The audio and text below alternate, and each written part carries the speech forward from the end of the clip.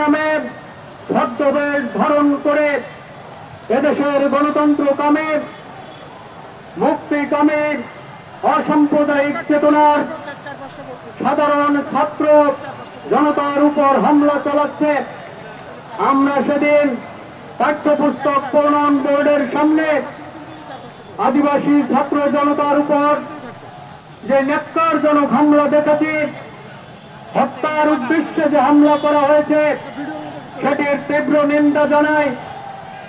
প্রিয় সাংবাদিক ভাইয়েরা, আপনারা সেখানে যারা আহত হয়েছিলেন, যারা উপস্থিত ছিলেন, তাদের অভিজ্ঞতার কথা শুনেছেন।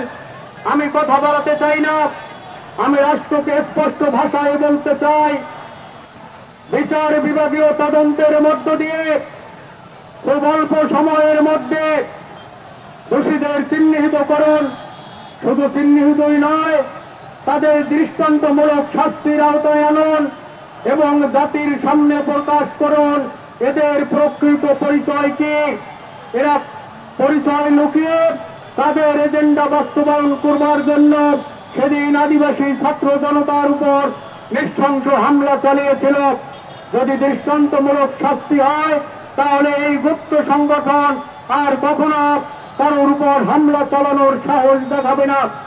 আমরা পুলিশ ভাইদেরকে স্পষ্ট করে বলতে চাই, আপনারা আওয়ামী লীগের আমলে সাধারণ মানুষের উপর, ছাত্রদের উপর যে নিপীড়ন চালিয়েছিলেন, সেটি দেশবাসী আপনাদেরকে ধিক্কার জানিয়েছিল। সেটির জন্য আপনাদেরকে খেসারত দিতে হয়েছে।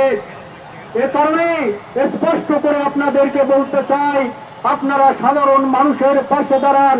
আপনারা এদেশের সাধারণ মানুষের অংশ। এদেশের সকল আপামর জনসাধারণের ট্যাক্সের পয়সায় আপনার বেতনের টাকা হয়। ফলে কারোর প্ররোচনায় কোন জাতিগোষ্ঠীর উপর হামলা চালাতে কাউকে সহযোগিতা করবেন না। এবং আমি স্পষ্ট ভাষায় বলতে চাই যে এই পাঠ্যপুস্তক থেকে আদিবাসীদের গ্রাফিতি তুলে দেওয়া হয়েছে, সেখানে আবার পুনর্বহাল করা হোক এবং সংবিধান প্রণয়ন সংস্কারের নামে যে একটি সংস্কার পত্র সরকার তুলে ধরেছে, তাদের সংস্কার কমিটি তুলে ধরেছে, সেখানে আদিবাসীদের অধিকার কিংবা আদিবাসী বলে কিছু আছে বলে আমি শুনি নাই। এবং আদিবাসীদের মাধ্যমে আমি যতটুকু শুনেছি, তাদের সম্পর্কে তেমন কিছু বলা নাই। আমরা তাদেরকে স্পষ্ট করে বলতে চাই, আদিবাসীদের অধিকার সংরক্ষণ করুন। আদিবাসীরা এদেশের মানুষ।